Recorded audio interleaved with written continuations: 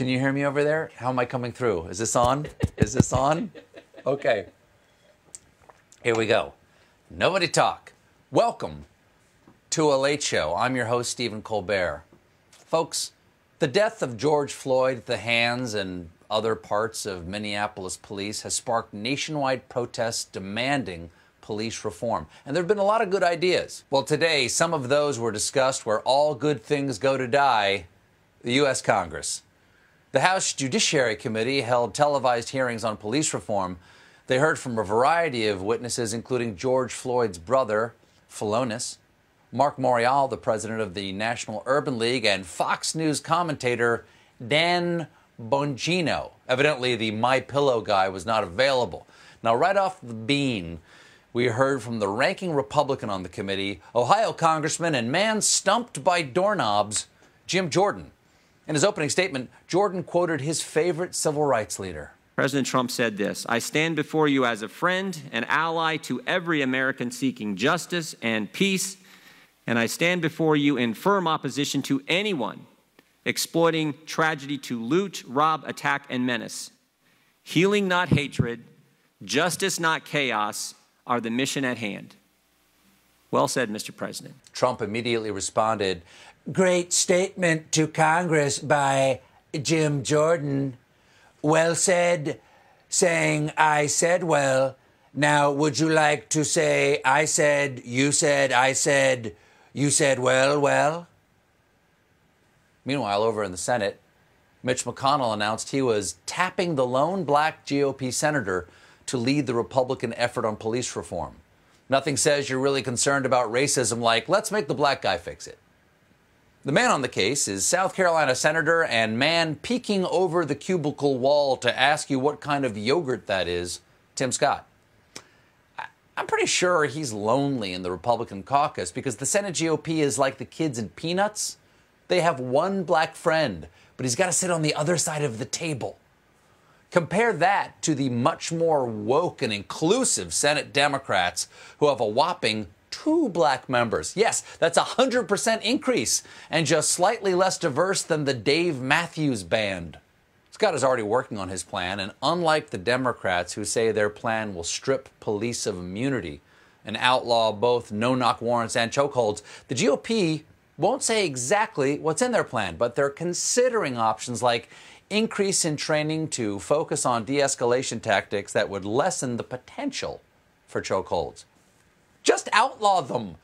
You don't hear a car maker going, look, we're not recalling the exploding vehicles. We're training drivers so there's less potential of it bursting into flames. So pick up your Pontiac Death Box today. It's the last car you'll ever own. Scott explained the soft approach, saying that the Democrats' bill has a tendency to be seen as perhaps a nationalization of some of the underlying issues or techniques. Yes, you can't nationalize these issues or techniques. We all know the need for human beings to breathe varies from state to state. But there has been some dramatic police reform because yesterday it was announced that Cops has been canceled. Oh, bad boys, what you gonna do? What you gonna do? They finally came for you. You see, civil rights groups have been pushing the cops off the air for about a decade because it shows a highly filtered reality where the police are always competent, crime-solving heroes and where the bad boys always get caught. In fact, most police departments said the show served as a recruiting tool. Well, that's crazy. You don't need to become a cop to be on Cops. All you need is a white undershirt that has never been washed, a bucket of meth, and a backyard fence you can't jump over. Cops getting canceled isn't the only tectonic cultural shift in entertainment because HBO Max has temporarily pulled Gone with the Wind because of its racist depictions of black people. Instead, they're going to release this cut of the movie with all the racist sections removed.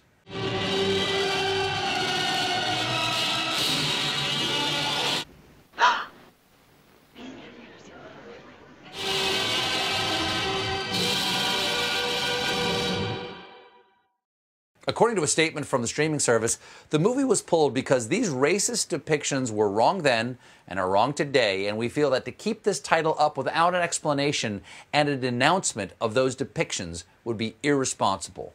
Now, fans of the movie do not like this, but HBO issued this response. Frankly, my dear, I don't give a damn.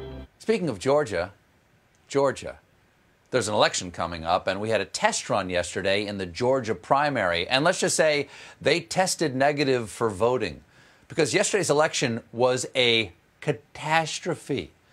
The numbers of polling places was dramatically reduced. Voters were turned away without being sure their provisional ballots would be counted, and poll workers were unable to operate voting equipment, which led to voters waiting for hours to vote with lines stretching for blocks. This fiasco was largely the fault of Georgia Governor Brian Kemp, seen here displaying what some scientists claim is a smile. Kemp is already notorious for voter suppression because as Georgia's Secretary of State during the 2018 election that he ran in and yet was somehow also in charge of, he purged more than 1.4 million voters from the rolls and held up tens of thousands of voter registration applications, mostly from African Americans. So when it comes to exposing systemic racism, Brian Kemp has been whipping it out for years.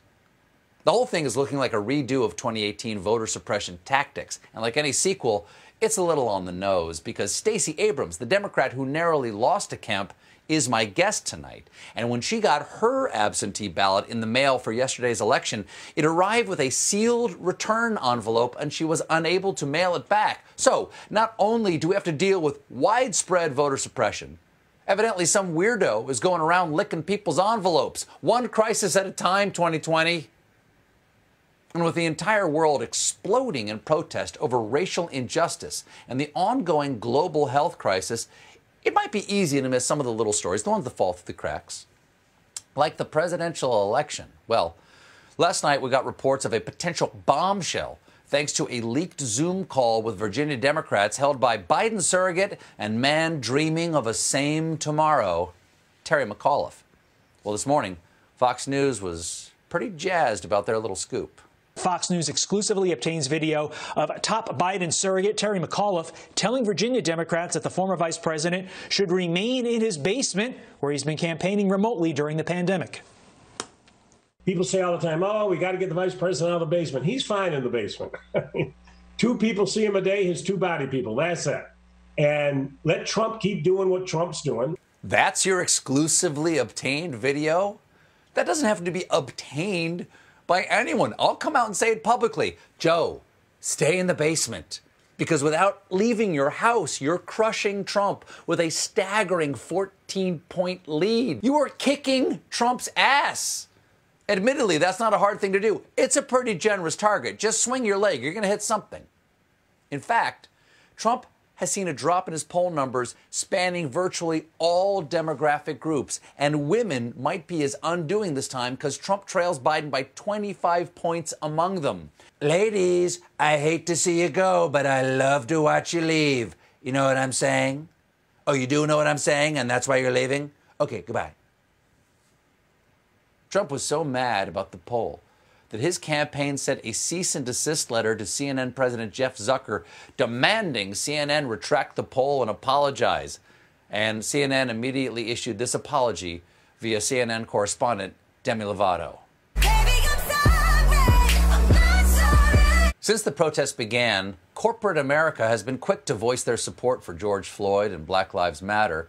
Nike, Peloton, Twitter, even Ben & Jerry's released a statement saying, "We must dismantle white supremacy." That is a bold stance for an ice cream company. We haven't seen something that strong since LBJ signed the Civil Rights Act, flanked by Dr. King and Mr. Softy. Ice cream, you scream, we all scream for justice. By the way, Stephen Colbert's American Dream from Ben & Jerry's, available in pints and pint slices. All proceeds go to charity. The rest go straight to your hips. Go get it. Speaking of helping, you know who's not helping? Donald Trump. When we needed leadership the most, he's failed us in every way possible. So last week, I invited you to fill the presidential vacuum. So take it upon yourself to be a leader and set an example of the kind of country you want to live in. That might mean going down to a protest or making a donation or having a tense conversation about race. But But you're not going to get that from the White House. So we need to step up and provide it ourselves. America is now officially BYOP. Be your own president. Of course, a big part of being a leader is directing resources to the people who most need it.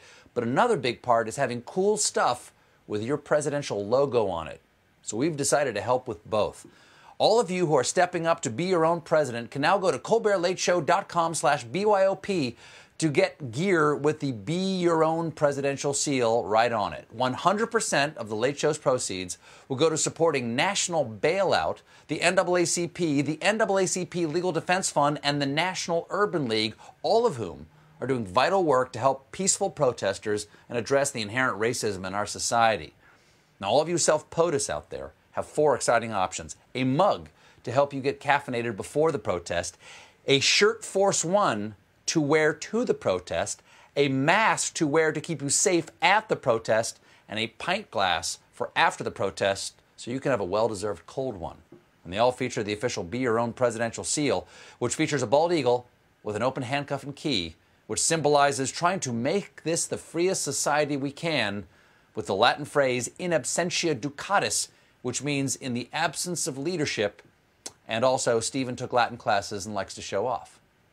So head to colbertlateshow.com/BYOP to get yourself some BYOP swag, support these organizations, and keep working to make this a better country. Because, as the old saying goes, every child in America has the right to grow up and be better than this president.